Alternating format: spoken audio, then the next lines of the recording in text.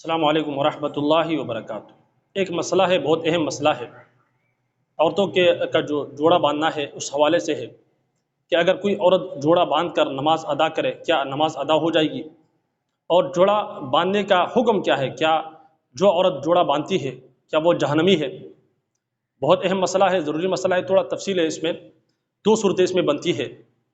ایک صورت تو یہ ہے کہ جس کے بارے میں حدیث میں بھی ذکر آیا ہے کہ اس طرح جوڑا باندھنا یہ بالکل حرام اور ناجائز ہے، اور ایسی عورت کے بارے میں رسول اللہ صلی اللہ علیہ وسلم نے سخت وعید فرمائی ہے کہ جنت میں داخل ہونا تو دور کی بات ہے، جنت کی خوشبو بھی نہیں سونگھ پائے گی۔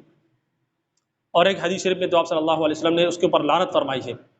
تو ایسی عورت جو ہے وہ لعنت کا مستحق ہے۔ اب کون سی عورت کہ کس طریقے سے جوڑا باندھے؟ سر کے اوپر جوڑا باندھنا یہ بالکل ناجائز اور حرام ہے۔ مثال کے طور پر سر کے اوپر جس طریقے سے باندھا جاتا ہے، بعض عورتیں باندھتی ہیں، تو یہ بالکل ناجائز اور حرام ہے۔ ایسی عورت پر لعنت فرمائی گئی ہے اور یہ جہنمی ہے، ایسی عورت کو حدیث شریف میں جہنمی کہا گیا ہے۔ تو اس صورت میں اگر پردے کا اہتمام کیا گیا ہے اور بالوں کو چھپایا گیا، نماز تو ادا ہو جائے گی، لیکن البتہ یہ جو گناہ ہے وہ اپنی جگہ پر برقرار رہے گا۔ نماز کی حالت میں، غیر نماز کی حالت میں، دونوں صورتوں میں یہ بالکل حرام اور ناجائز ہے۔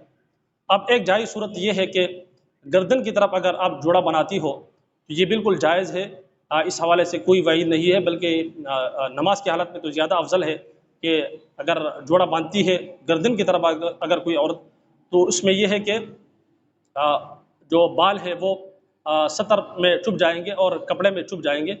جو کھلے بال ہوتے ہیں ان کے نظر آنے کے چانسز ہوتے ہیں، تو وہ زیادہ بہتر ہے کہ جوڑا باندھ کر اگر نماز ادا کرتی ہے تو یہ افضل ہے۔ نماز میں بھی اور غیر نماز میں بھی گردن کی طرف جوڑا باندھنا بالکل جائز ہے، اس حوالے سے کوئی ممانعت نہیں۔ البتہ جیسے کہ میں نے کہا کہ سر کے اوپر جوڑا باندھنا یہ بالکل ناجائز اور حرام ہے، ایسی عورت کو جہنمی کہا گیا ہے۔ اور اس کے علاوہ اگر کوئی مرد جوڑا باندھ کر نماز ادا کرتا ہے تو ایسے مرد کے لیے جو ہے نماز کی حالت میں جوڑا باندھنا یہ مکروہ ہے۔ اگر مرد نماز ادا کرتا ہے تو وہ بال کو کھلا رکھے اور پھر نماز ادا کرے۔ تو امید کرتا ہوں یہ جو مسئلہ میں نے آپ کو بتایا یہ سمجھ میں آ چکا ہوگا۔ اللہ رب العزت ہم سب کو عمل کرنے کی توفیق عطا فرمائے۔